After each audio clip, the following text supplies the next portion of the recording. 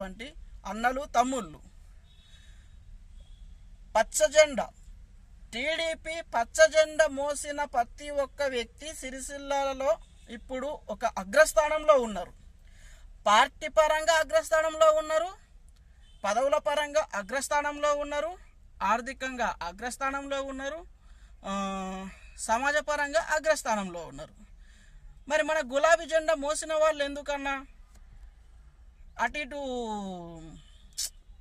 ఏంటిది ఇబ్బంది పడుతున్నారు? గులాబీ జెండా మోసిన కార్యకర్తలు కానివ్వండి, అభిమానులు కానివ్వండి, అన్నదమ్ములు కానివ్వండి, ఇంకా వారికి ఏం చేయాలో అర్థం కావట్లేదు. సింపుల్గా చెప్పానంటే మున్సిపల్